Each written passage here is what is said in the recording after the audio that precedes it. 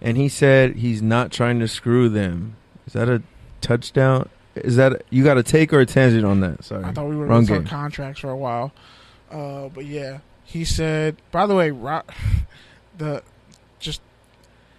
here's the tangent. I believe that they'll do that. That they won't jerk each other around because the Packers are publicly owned and they actually have the money to pay their players. Unlike some teams in Oakland and Los Angeles. Shout out to the Rams for signing Rob Havenstein to a 4-year contract extension. Pretty much just giving Aaron Donald the double middle finger. You even paid your right tackle who was kind of decent. You're paying everyone but your best player. It is amazing to me. Yeah. Okay, yeah, my point on that is much of what you said. Packers aren't afraid to extend their players, and I don't think Aaron Rodgers is going to go because, well, he's still got a lot of football left in him. Cliche football line number 87. All right. You actually said that 2 weeks ago when you were like, he said it for 5 years. Yeah, we all say that. Yes, plenty of time. But when I say it's cliche, okay, cool. When I say it, it's cliche too. Copy. See how he's all sensitive? Copy. No, I'm saying that's just a cliche line that we all have to say. All right, your boy Jerry Jones said he wishes the NFL refs will exercise common sense when enforcing the new lowering the helmet rule. My take on this is, Jerry, you should have a lot more common sense when dealing with your own team policies and your own players and stop asking them to go against their cultural identity and, well, really, their fans.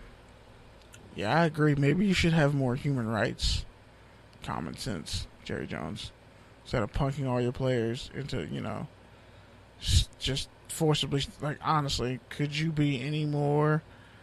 I don't even want to say a plantation owner because I hate when we use that word here, but like, could you be any more? You started it way back in the day. He did start it. No, you started it.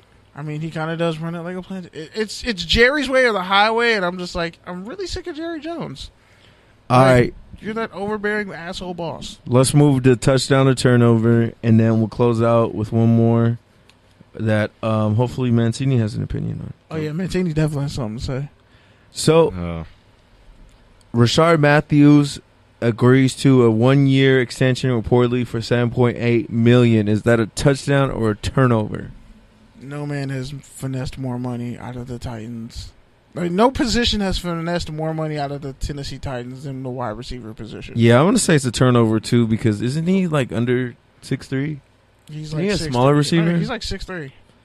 Yeah. He's 6'3", but he's a possession guy, and it's like... Is he? Yeah, I thought he was a slot receiver. He's like a 6'3" effort guy, number 18. I just don't see why you would pay him. Like, Tennessee just got his money to throw around.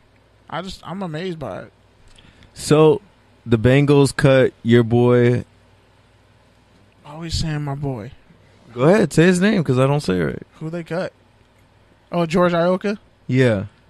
They cut George Iloka after 6 seasons. He was a starter last year. Might go to Dallas.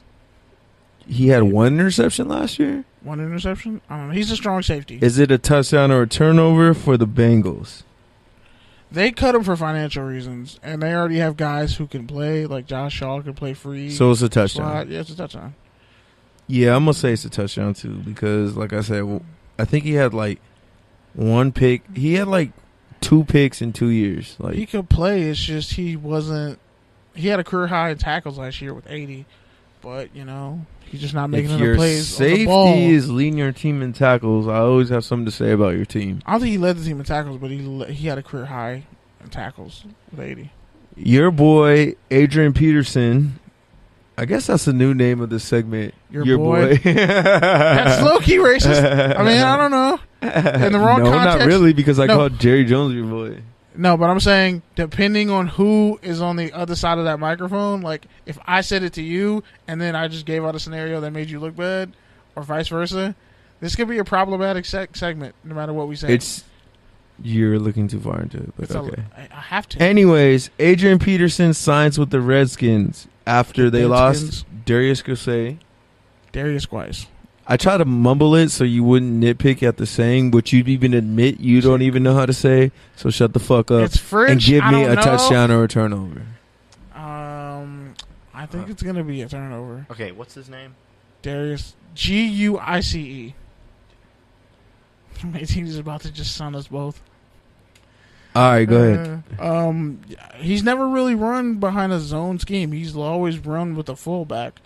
So with Washington's scheme, I mean, I remember when Larry Johnson was up. Larry Johnson, Clinton Portis, and Willie Parker were all in that team, and it just none of those guys worked because I'm gonna say it's a touchdown only because I think if you can get one or two of those good games, like the ones he had in Arizona, where he just had like one or two really good games, if you can get one of those that ultimately get you a win, I think that's a win. And they have enough. They have a good offensive line. They have a good offensive line, and they have enough variety in the backfield to where they can not only support AP, but they don't need him to be healthy the whole season. So I think it's a touchdown because if you get him to play good for 1 or 2 years, I think that's enough. All right. Dante Fowler Jr. is on the trade rumors. Reportedly, the Jets offered him the Jets have made an offer for the former first-round pick. Is that a touchdown or a turnover? That's a touchdown for the Jaguars if they get a bunch back. And not really, though, because he's a top 5 pick. Don't forget that. Yeah, but he had 8 sacks in a year where like everybody else around him had at least 8 sacks. He's not even a starter like that. Like Yannick Ngakoue. He's been hurt. Even last year he's been hurt. Yeah, but I mean, if you're not going to pay that guy top dollar, why pay him to be your backup? I think they still have 2 more years with him. And they have Tevin Bryan out of Florida. Because I think he's 2015, so I think they have another 2 years. They have Malik Jackson. They have Calais Campbell. Old. Yeah, but I think Malik has 2 years left. Like 3. You went to Birmingham High School. Why are you hating on... I'm not hating on Birmingham. I fuck with Birmingham for obvious reasons. I coach there. All right, and last one for this... or last 2 for this segment. The Chiefs signed Orlando Scandrick. Is that a touchdown or a turnover? That's a touchdown. They pretty much have really competent defensive backs now. At corner. I'm going to say it's a turnover because... What if George Iocca ends up in Kansas City? Damn. I'm going to say it's a turnover because the Chiefs love to add washed-up, slow corners. He's still fast, but they're just injured. Like, all their knees probably look weird at the training table. And my boy Teddy Bridgewater is on the trading block. Oh, now it's his boy. For the Jets. He's had a lot of interest. A lot of people feel like he can still start. He's only 26 years old, and he's a free agent after this year. So, is that a touchdown or a turnover for Teddy Bridgewater that he's on the trade block? I would say it's a touchdown. I think it's a turnover for the Jets to trade him because him and Sam Darnold, I think, could be really good for this team. They said McCown's look good, though, too. McCown, you know what you're going to get from McCown. Yeah, I feel you, but at the same time... Like, Bridgewater still could be exactly, and I think that's why he has trade value. I think that's why it's a touchdown for Bridgewater because he's kind of in a no-win situation to where even if he plays good, he's still not going to be the starter in the Jets because they just spent a number 2 pick on Darnold. So I'd rather see him go somewhere else where he can start. The Jets have McCown as a okay backup, a mediocre backup, whatever the case. He's there. You know what you're going to get from him. So go with that. Go with Darnold and let Bridgewater thrive somewhere else. All right. So the last one I want to talk about before we take it to our rants. So, y'all boy, and I mean both of y'all. Who? Yeah, boy, I was like, what rapper is that? We'll start looking around the room like, who's he talking to? Y'all boy. That really does sound like a rapper name. I was like, Y'all Boy 3000 or something? Like, you got a mixtape out? Hold on. I want to find this story so I can read the actual quote. So, y'all boy, DT, your president, Donald Trump. Nah, man. Basically, once again, today at a rally, or, well, Tuesday, because you're listening to this on Thursday on the Good News radio station app, or whenever else you're listening on Touchdowns and Tangents, various apps, including X Squad Network and the Full Press Coverage Network. So shout out to them. But yeah, Liddy. Donald Trump basically slammed ESPN at a rally today for not broadcasting the national anthem before games. He said, and I quote, "We are proud of our history, and unlike the NFL, you always honor and cherish our great American flag," President Trump tells West Virginia supporters at a rally. But the context into this, and this is why I want to bring Mancini into this, since he's our resident politics You said expert, West Virginia. is he said all of this in spite of the fact that hours earlier, his former campaign chairman, Paul Manafort, was found guilty on 8 counts of financial crimes, and his former personal attorney, Michael Cohen, pled guilty to 8 criminal counts. Bong bong. So, Right. what do you make of him, A, still bringing up the NFL, and B, using that as a distraction from all the other nonsense happening in his personal and professional ties? Well, I got to watch a little bit of the live coverage on all, flipping between all 3 cable networks to see how they were all kind of touching it. Yeah, Just on your curious. newsroom sticker. Tap dance. Tap dance. Can you just tell us what cable channel your newsroom watches? No, this was at home. Oh, I'm about to say, like, is Sinclair involved? No, this was just at home, watching all 3 of them just to see how they were all touching on it. And, the president was pissed walking off Air Force One. That's kind of a given. I was okay. You want to know which one I was watching CNN, and there were at least a few commentators saying he did not look happy. He didn't sound happy answering the questions about Paul Manafort, saying he's worked for so many presidents and people and whoever. I only got to see a little bit of the rally before I came out to see Kenny before we saw BlacKKKlansman, but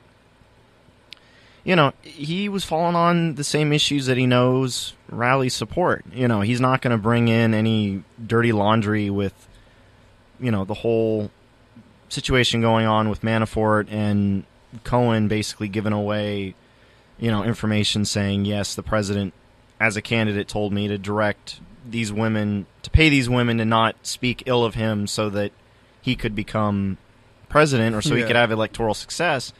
He wasn't going to touch any of that. He doesn't talk as much about Cohen anymore. And with Manafort, him and Manafort have a good history together that links back to working with a former co-worker of Manafort's, Roger Stone, who they worked their own sort of management firm that worked with consultants. Yeah. And so, he's going to rely on that in regards to Manafort, but I wasn't able to see the full speech that he gave to see if he actually, I don't think he did talk about Manafort, did he? No, I don't think so. I didn't see it. From what you read, it didn't sound like it. Yeah. But yeah, he's gonna talk about issues that mean the most to him, and he knows it's gonna mean a lot to his base, and that's gonna. So how do you feel ESPN about and just NFL. overall? With you being as conscious of all the political climate here, both locally and nationally, how do you feel when you hear your president talking about really tangents and issues that really shouldn't pertain to him, or when he has other priorities he should be? Right. Well, my initial thought is, the next election, that he will be involved in is not for another couple of years away. Yeah. But his 2020 campaign started ages ago. Yeah. So like day one. Yeah. So that's already kind of the question on my mind is, I know he has fun and he enjoys going to these kinds of rallies because it's something where you know, he has a lot of people that support him. He has a lot of people that kind of put him at the center of attention. And, you know, as a guy who had a background in TV, you know, talking about TV-related issues like sports,